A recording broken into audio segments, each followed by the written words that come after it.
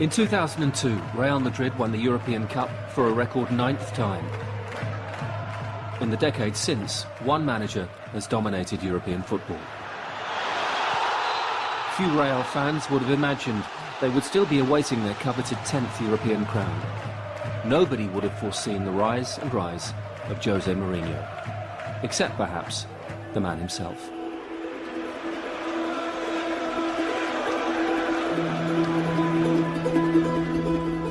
Please don't call me arrogant. Bloody hell.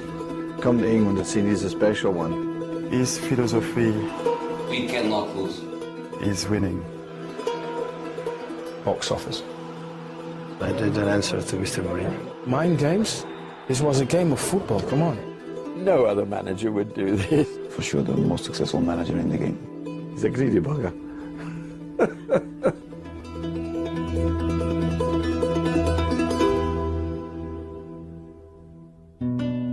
Let's go. Good to see you. How are you? Very good. Difficult questions, easy questions. 1, 2, 3, 4, 5. This is the 10th season since you arrived in European football. Much has changed in your life since then. Have you changed? You know, I have more titles. I have more money. I have even more desire to win than I had before. That's my nature. I want to do things well. I want to show my people that in life you have to have ambitions till the end of it. So I try to learn every day. I try to be better every day. And I have exactly the same or more ambition than I had before.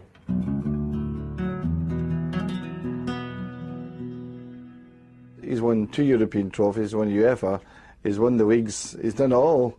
So there's absolutely no weakness there, there's no area in which you say, what, is he weak at something? Yeah, I can remember meeting Jose for the first time. It was when I flew into Lisbon to take up my job with Sporting Lisbon. I was met at the airport by the president of Sporting, who couldn't speak a word of English. I couldn't speak a word of Portuguese.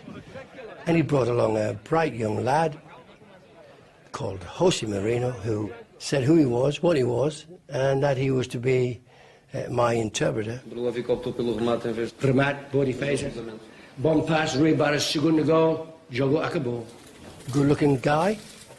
Told him not to stand next to me too many times. I knew he was keen, and I knew at one time he would leave me. But I didn't at the time think, you know, that he would become a great.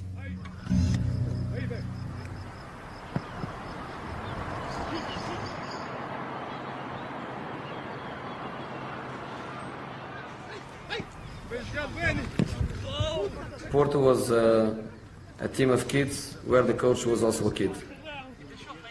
75% of the players were Portuguese, and the coach was somebody that nobody knows in Europe.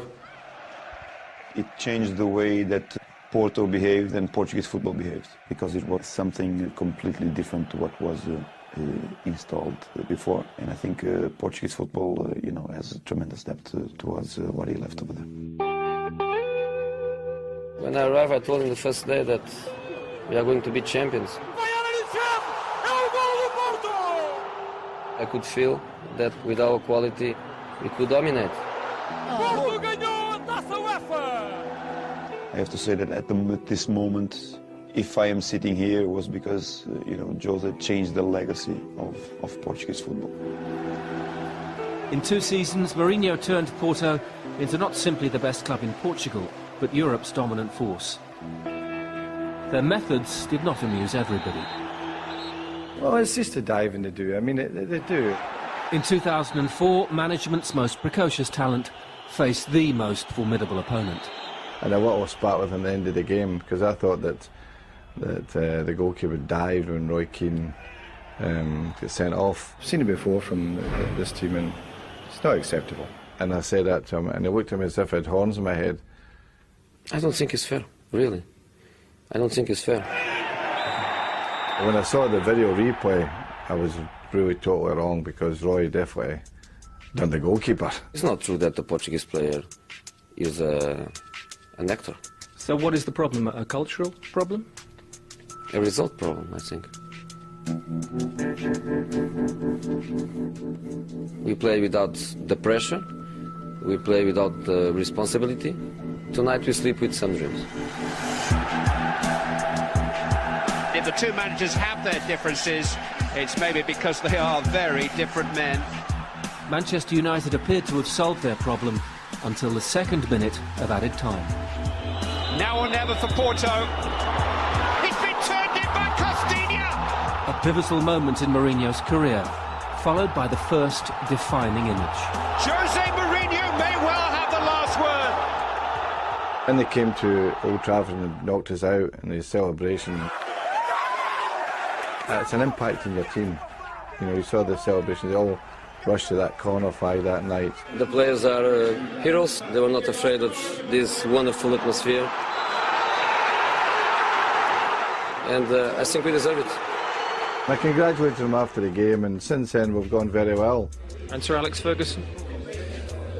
He only told me congratulations, and for me is enough. 3 months later, Porto would win the most one-sided Champions League final of the decade. He will come to England as the manager of the European champions. Roman Abramovich had seen something he rather liked. It's the time for people to stop to speak about my past and to start speaking about my recent past. Because I did what almost nobody did it.